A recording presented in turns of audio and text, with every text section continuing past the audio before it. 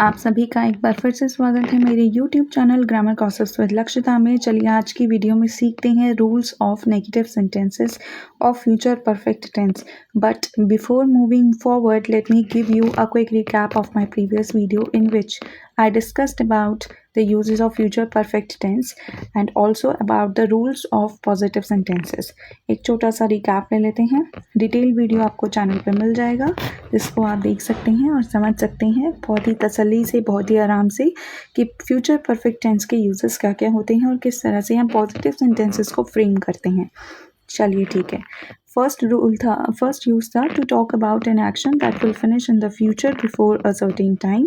इसका मतलब कोई भी एक्शन जो हम नियर फ्यूचर में फिनिश करने वाले हैं एक निर्धारित समय से पहले, उसके बारे में बात करने के लिए हम इस टेंस का यूज़ करते हैं। एग्जाम्पल मैंने आपको दिया था, Sam will have gone to London next month. Second use था to describe an action that will be completed before another action in the future. तो कोई ऐसा एक्शन जो किसी दूसरे एक्शन के फ्यूचर में होने वाले किसी दूसरे एक्शन से पहले कंप्लीट होने वाला है, उसके बारे में बात करने के लिए फ्यूचर परफेक्ट टेंस का यूज़ करते हैं। For example, she will have learned cooking before she gets married. Third, to express conviction that some action has taken place just now or in the near past. तो ऐसे actions को express करने के लिए जिनको हम बहुत ही कन्विक्शन के साथ कह सकते हैं कि वो बिल्कुल कुछ ही समय पहले पूरे हुए हैं, बहुत ज़्यादा टाइम नहीं हुआ है उन एक्शंस को कंप्लीट हुए, उन एक्शंस के बारे में बात करने के लिए भी हम फ्यूचर परफेक्ट टेंस का यूज़ करते हैं। For example, the doctors will have arrived in the hospital. After that I talked about, as I told you, the rules of positive sentences, जिसमें मैंने आपको बताया था दैट सब्जेक्ट के साथ विल और शैल का तो यूज़ हम करेंगे ही, because we are talking about the future tense, and then we will put have. After that, we will use third form of the verb and then object. And for this, I gave you 3 examples, in which the first example was, they will have finished their dinner by 9 p.m. I will have completed the project by tomorrow. You will have graduated from university by 2025. Okay, now we will talk about the rules of negative sentences. So here comes the rule number 2 of future perfect tense for negative sentence. Simple है बहुत। Subject will or shall according to the need of the sentence, subject, then not, and then third form of the verb, then object. Sorry, a small correction here. Not after, not के बाद हम have लगाएंगे, that's third form of the verb and then object. Fine. Now example देख लेते हैं। I'll convert the previous examples into the negative sentences. They will have finished their dinner by 9 p.m.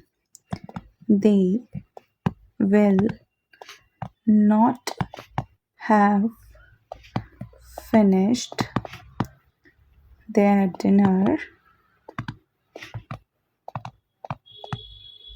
by 9 p.m.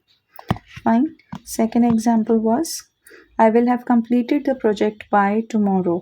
ठीक है, तो this is something which you will do on your own. आप इसको positive to negative किस तरह से convert करेंगे, this is your task to do. I am going to do the conversion of you will have graduated from university by 2025.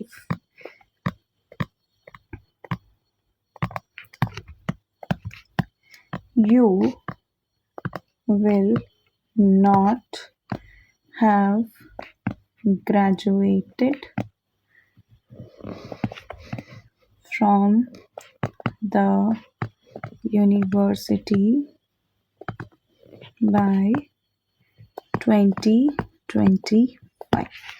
Fine, I hope कोई doubt नहीं होगा। Rules of negative sentences बहुत easy हैं और rules of positive sentences आपको समझ already आ चुके हैं प्रीवियस वीडियो में। अगर आपको अभी भी कोई डाउट है तो ज़रूर बेझिझक अपना डाउट मुझसे क्लियर कीजिए। डाउट्स के साथ टेंसेस आप कभी नहीं सीख पाएंगे।